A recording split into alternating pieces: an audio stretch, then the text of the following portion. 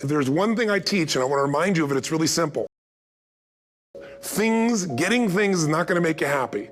That's good news in a tough economy. It's a good reminder. It doesn't matter what you get. Doesn't matter whether it be money or opportunity. All those things might excite you for the moment. Even a relationship, as magnificent it may be, might be exciting for a while. But if you don't keep growing, that relationship isn't going to stay exciting. So the secret to real happiness is progress.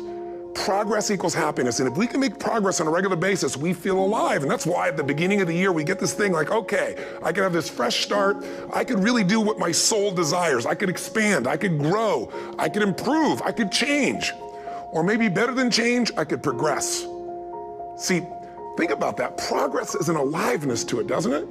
You don't have to work at changing. People say all the time now, well, I'm working on changing. Don't worry about it.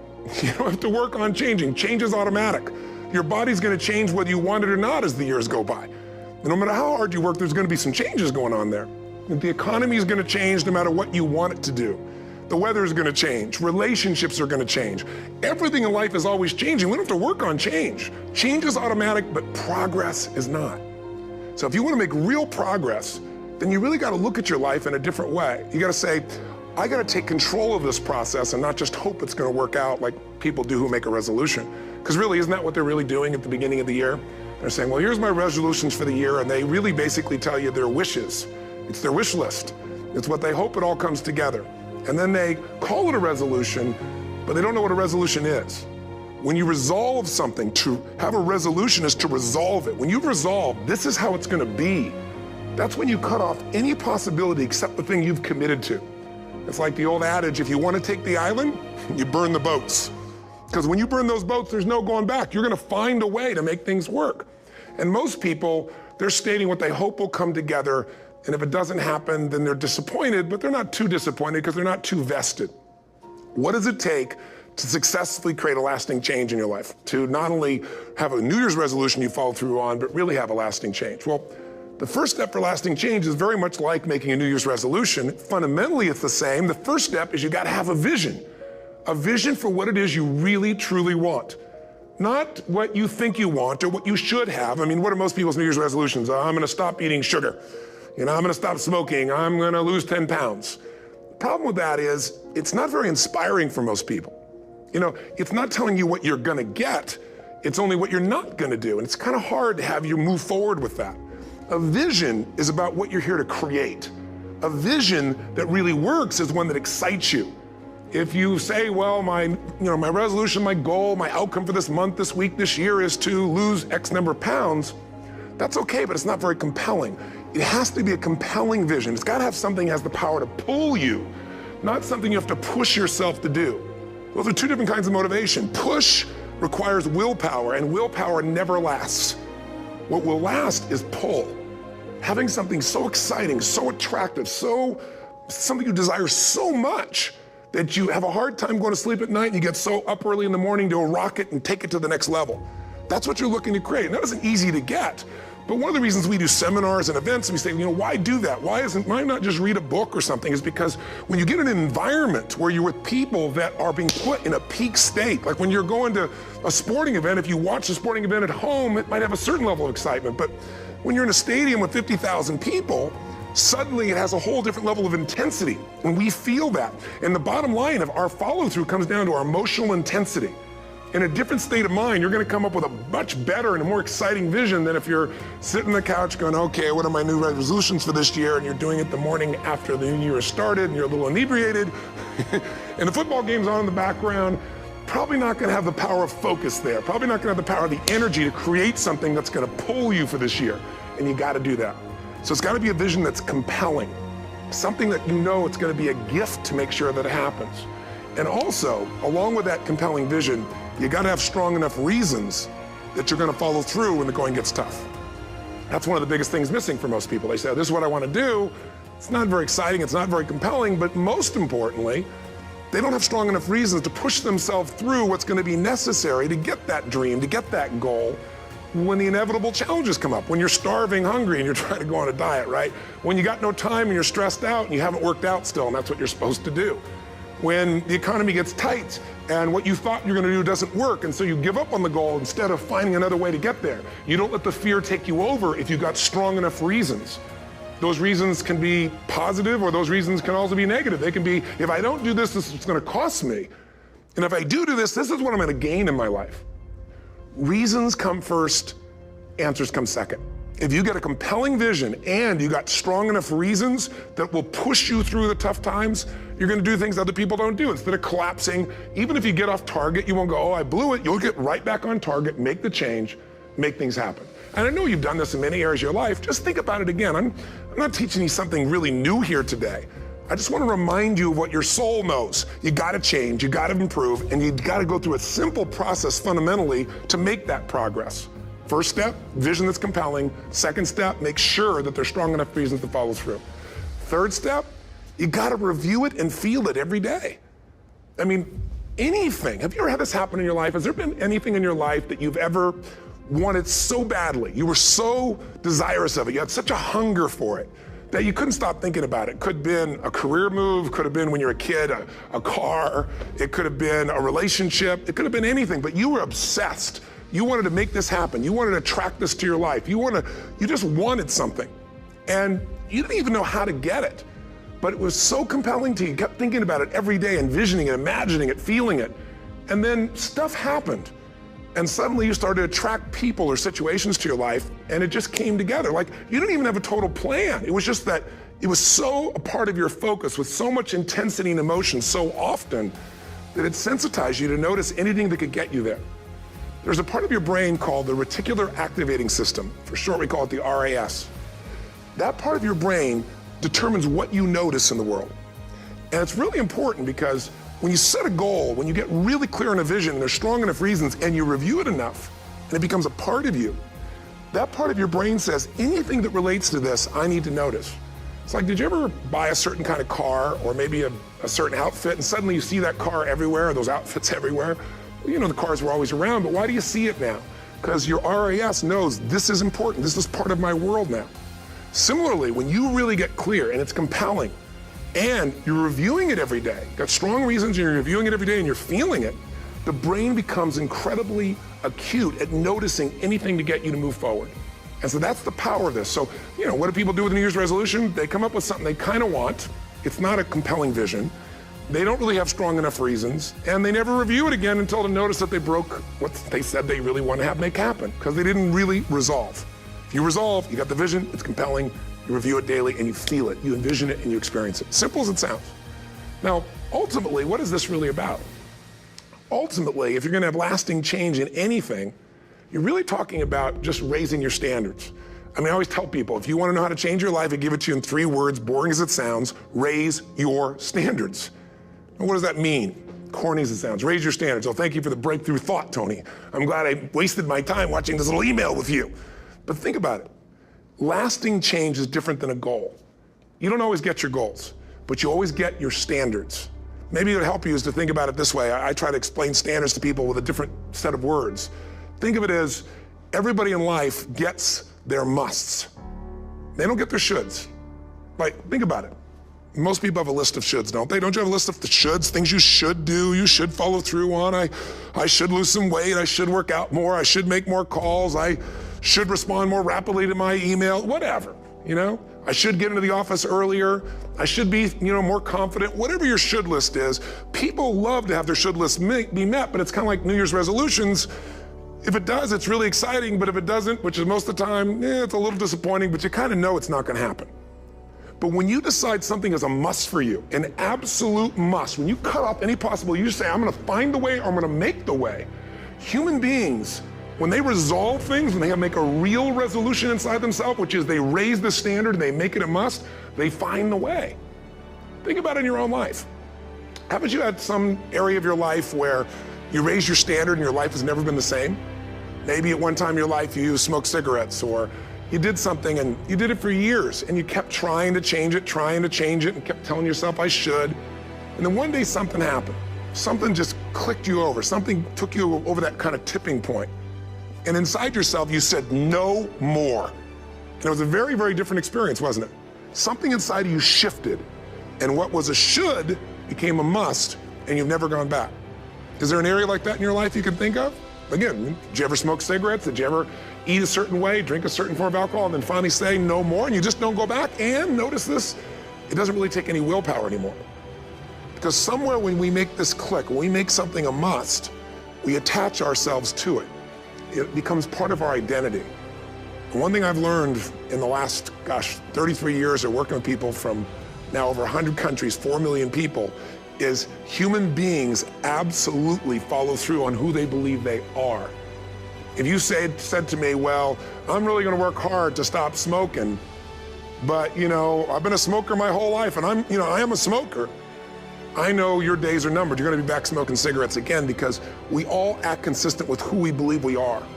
I tell people the strongest force in the whole human personality is this need to stay consistent with how we define ourselves.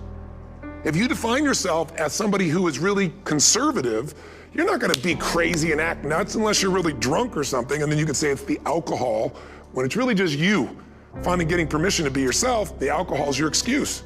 If you're a really crazy person, you act crazy, outrageous, playful. You don't act conservative because that's not who you are. Very often people say, well, I can't do that. I'm not that kind of person. And I always say to people, really, when did you define yourself? I mean, really, how many years ago did you come up with what you could and couldn't do in your life? How many years ago? Most people, if they really look at how they're living their life today, it's based on a set of standards, a set of beliefs that they made choices about 10, 20, 30 or more years ago. I mean, very often we made decisions in our youth or very young about what to believe, about what we were capable of, about who we are as a person, and that becomes the glass ceiling, if you will, that controls us. There's a corny metaphor, but it's true. I remember one time I was with my family at the circus, and there was a person there, and they had this big, giant elephant, and you look at this elephant, and they take this little rope, put it around the elephant's neck, and they drive this stake into the ground. And I mean, you look at this and you know that elephant could rip down the entire tent with almost no effort, and yet the elephant doesn't struggle, doesn't try. Why? Because the elephant's conditioned. And they take that elephant and condition the elephant when it's a baby elephant. That's how they train them. When it's a little baby elephant and it doesn't have the power yet, they put a big rope around it and they drive this huge stake in the ground, and the elephant fights and fights and fights. And one day, finally, that elephant decides, I'm not capable of pulling this out. And once that becomes the definition of an identity of anyone, an elephant in this case, they don't even try anymore. It's just who I am, that's how it is, that's just the way it is in my life. I'd like to ask you to take a look at any place you've got a limitation and ask yourself, when did I decide to accept that limitation? And you may not even see it as a limitation, you might see it as just that's who I am. But so often in our lives, we've adapted to be a certain way so that we don't fail or so that people will like us or respect us, but it's not necessarily who we are. Joy comes when you're spontaneous. It's really hard to be truly happy when you're not being yourself. And most of us have no clue who we are. And so a big part of my work, if you've ever been to an event, you know, is to get people to do things spontaneously without thinking, because that's when the real you shows up. That's when the energy comes alive. And when you do that, when you start to connect to your true nature, suddenly there's energy available for you to set a higher standard for what you want in your life. That's what this is really all about. And when I talk about standards, when I talk about, shoulds versus musts, think about your own life. I know there have been areas in your life where some point in time you just shifted and you raised the standard and your life changed. Because whatever people have their identity attached to, they live. We live who we believe we are. That's just how it works. It's just kind of like, I'll give you an example. Look at your physical body. Your physical body today is an absolute reflection of only one thing, not your goals, not your desires, but your standards. The identity you have for yourself. If your standard is you're an athlete, then there's a certain amount of strength, a muscle tone, and energy that's available in your body on a regular basis because that's who you are. And so you do whatever's necessary to maintain that identity. Again, the strongest force in the human personality is this need to stay consistent with how we define ourselves. Because if you don't know who you are, you wouldn't know how to act. Once you lock in on that identity, your brain finds a way to keep you there. If you say, man, I'm overweight, I've always been overweight, I'm big boned, and that's the story you got, then you're gonna always find a way to get back there. That's your settling point. That's your identity. That's where things lock in. If you see somebody who's in really great shape, you ask them, do you work out? You know the answer. Yes, how often? And they'll tell you 3 times, 4 times, 5 times a week, whatever. In a seminar, I'll ask people, who here works out at least 5 days a week? And I'm stand up. And you look around that room, and you know that they work out 5 times a week because you can see their body. You don't just get a result without some kind of action, without some form of ritual. Ritual meaning actions you do consistently.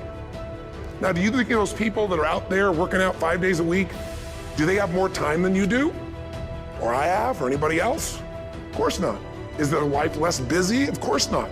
It's just a must for them. They must work out that way, and they've made that turn in their life change. So I'm not saying you have to work out 5 days a week. I'm just saying whatever you really want, wants don't get met consistently. Standards do. Whatever you identify, this is who I am. And so it's not so much about changing your identity as there's expanding it. You know, deciding that, you know, instead of your goal is to lose 10 pounds, which is not compelling, what if your vision was to get back to my fighting weight? You know, this year, this month, this next 90 days, I'm gonna transform my body. I'm gonna take on a new challenge. I'm gonna find some technique or strategy, there's a million of them, that can reframe myself where I want to feel younger, stronger, more vibrant than ever before. Here's my reasons, because I want the energy to really make my life work. Because it's tough out there and I want to be stronger than I've ever been before. I want to go in front of the mirror and if I'm naked, not, you know, want to laugh. I want to look there and take a good look and go, yeah, I'm proud of whatever I see there. Whatever it takes, something's gonna make you laugh, smile, something that's gonna tease yourself, but something's gonna move you to another level. If you identify yourself in a new way and you own that every day, and that becomes the standard of how you live, you'll find the way to make that standard real. Money's the same way. Think about it, it doesn't matter what's happening, quote unquote, in the marketplace. People that make money find a way to make money no matter what, don't they? I mean, most people's standard is to pay their bills. So that's what most people find a way to do, even when economic times get tough. Most people, if that's their absolute standard, they find a way. Some people's standard is pay their bills most of the time. And so most of the time they do. Some people's standard is not just to pay their bills, but to take care of their family and maybe even some of their friends. And they find a way. In fact, you know, some people may be in a family where they don't have enough money, they barely have money to pay their bills. They work their guts out. And then somebody, their mother, their father, somebody else, their sister gets ill, and there's not enough money to take care of it. Nobody else has money in the family. They don't either, but they find a way to get that money to take care of their mother or father, don't they? And pay their bills. They never could do it before. Why? The situation made them raise their own standard. And not everybody does that. Somebody else in the family might have money and still not take care of their mother. It all comes down to the inner game, my friends. Changing your life is a change in the inner game. The outside world you can't control, but you have absolute control over this one if you learn the dynamics of what shapes you. And identity is one of those simple, clear, fundamental basics that if you start to shift it, everything else will shift in your life as well. Some people, by the way, have to have more than enough money to do what they want, when they want, where they want, with whomever they want, contribute the way they want. And if that's their must, they find a way. I know that sounds overly simplistic, but it's true. You know, somebody once said you could take all the money in the world out of the hands of everybody, out of all the wealthy people in the world who are really successful, give it to other people. It wouldn't take too long, those people would have it back in their hands. It's not because they're manipulative, it's because they have a standard. Some are manipulative, don't get me wrong, but they got a standard of what they're gonna find a way to make happen. I'm just simply saying to you, take those 3 magic words and live them. Raise your standard. And if you really want to do it, then I'll tell you the most important secret. Have you ever done this? Have you ever told yourself you're raising your standard? Okay, I'm gonna go make this happen. I'm gonna go make this much money. I'm gonna transform my kids. I'm gonna create the ultimate relationship in my life. I'm gonna transform my body, whatever it is. And then you don't have strong enough reasons and you don't use it. You don't follow through. It's because you didn't back up your standards with what makes those standards real, and that's rituals. Rituals are where the power is. Whenever we do our Robbins results coaching, and we say Robbins equals results, the way we get results with people, it's the same way if you listen to my Ultimate Edge program, or back in the old days, Personal Power, or if you went to one of my seminars. You know what I do is I take these huge challenges you got and we break them down into little bite-sized steps. Little things you do each day that after you do them, you get so much momentum that it's easy to succeed. You're not overwhelmed. You have these victory day after day after day on little things. If you went through Ultimate Edge, I'm sure you learned about the hour of power, or the 15 minutes to be able to be fulfilled, or 30 minutes to thrive, where you literally just condition your body and emotion with a couple little rituals So it doesn't matter what's going on in your world, you feel that strength, and it's not fake, it's not some pump up, it's coming from inside you, and it works. Rituals define us. See, all the results in your life are coming from your rituals. They start with a standard and then have rituals that follow it up. Like, for example, if you are where you want to be physically, you have very different rituals than if you're not where you want to be physically. If you're overweight, you and I both know you got a different ritual than if you're physically fit. Completely different. You get up in the morning, what's the first thing you do if you're fit? Your shoes are there, you roll over, doesn't matter how you feel, you put on your shoes, you lace them, you start walking, or whatever that ritual is. If you're overweight, you roll over and you have a very different ritual. You might roll over several times to turn the alarm clock off. You go in and get your mocha, smocha, whatever, special coffee. You stop by at Starbucks, or whatever the case may be. You have your nice sugar muffin. It's supposed to be really nice for you. Whatever you do, it's a different ritual. If you have a great, passionate relationship, you have very different rituals in how you come home than if you have a lousy relationship. When you come home and the first thing you do is you're tweeting somebody, or you're emailing, or flipping on the news, or you don't even come home. And what are the rituals? Whenever I study people that are successful, what I look for is what's the standard they hold themselves to? And then what are all those little rituals that add up? Because think about it. Success and failure are not giant events. They don't just show up.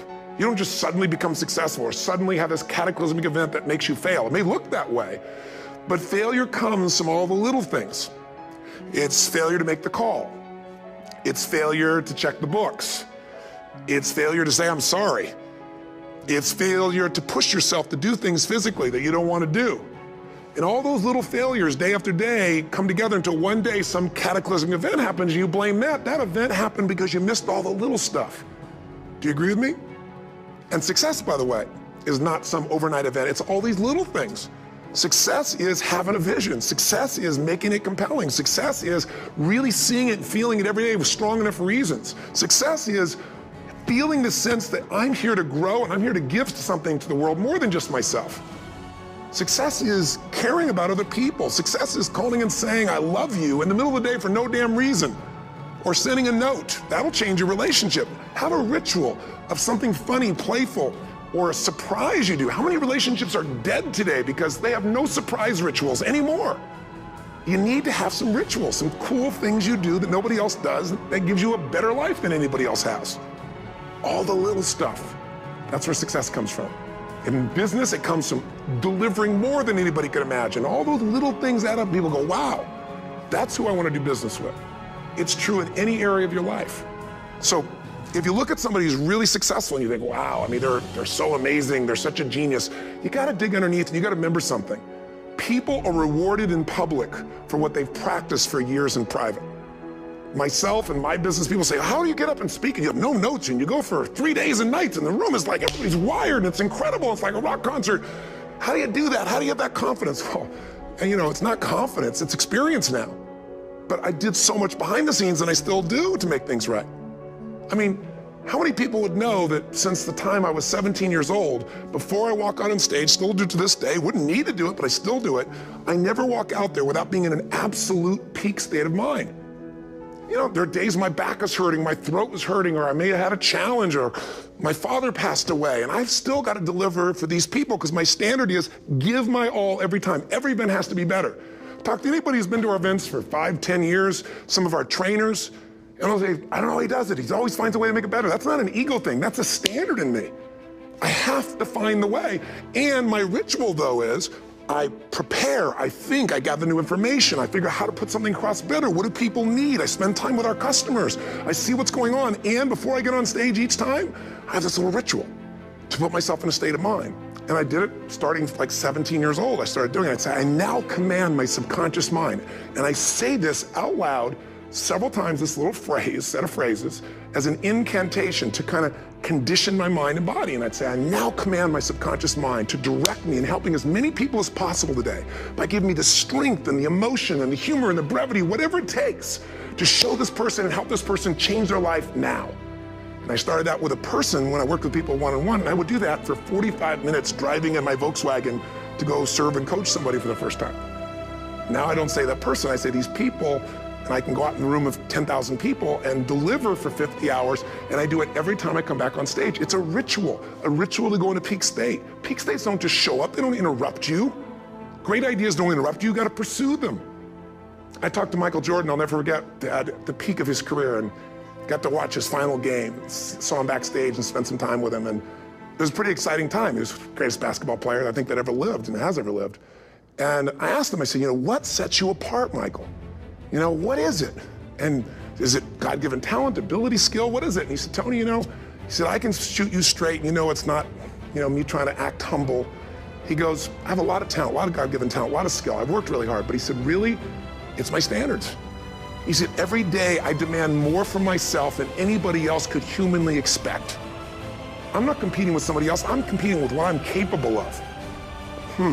Magic formula. Because most of us lower our standards. Why? Because who you spend time with, my friends, is who you become. One of the biggest reasons I started going to seminars when I was like 17 is I had nobody around me as a great role model. I could read about somebody, but being around people, being in that environment was very different. Finding a way to go to work with someone who lived that standard of life was very different.